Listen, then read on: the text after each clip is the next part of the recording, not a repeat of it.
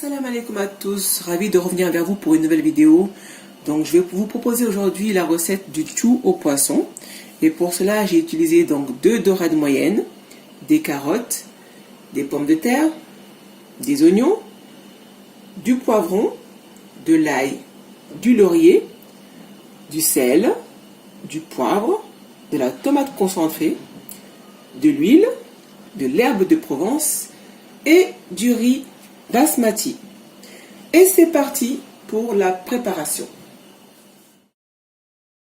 Votre poisson doit être lavé, bien sûr, écaillé et tranché en fait en fines lamelles au niveau de la chair. Donc ensuite préchauffez votre poêle, mettez-y quelques petites pincées de sel pour éviter que votre poisson y colle et laissez dorer tout le poisson. Une fois que votre poisson donc est bien doré, réservez-le pour que l'aspect du croustillant soit toujours ok au moment du dressage. Et pour ceux qui le souhaitent, vous pouvez juste avant le dressage plonger votre poisson dans la sauce pour le ramollir un peu. Pendant la cuisson des poissons, on va procéder donc à découper les légumes, les oignons et poivrons en petits morceaux, les pommes de terre et les carottes grossièrement.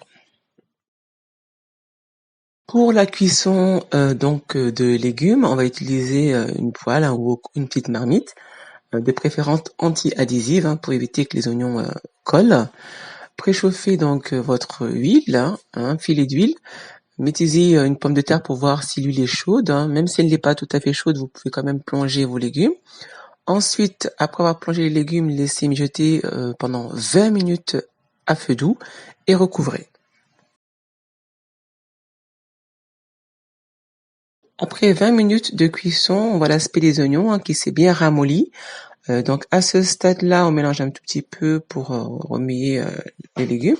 Ensuite, vous y rajoutez 3 cuillères à soupe de tomates concentrées. Vous diluez avec de l'eau légèrement, de manière à ce que l'ensemble des légumes soit bien recouvert. Et on laisse le tout à feu doux pendant 5 minutes.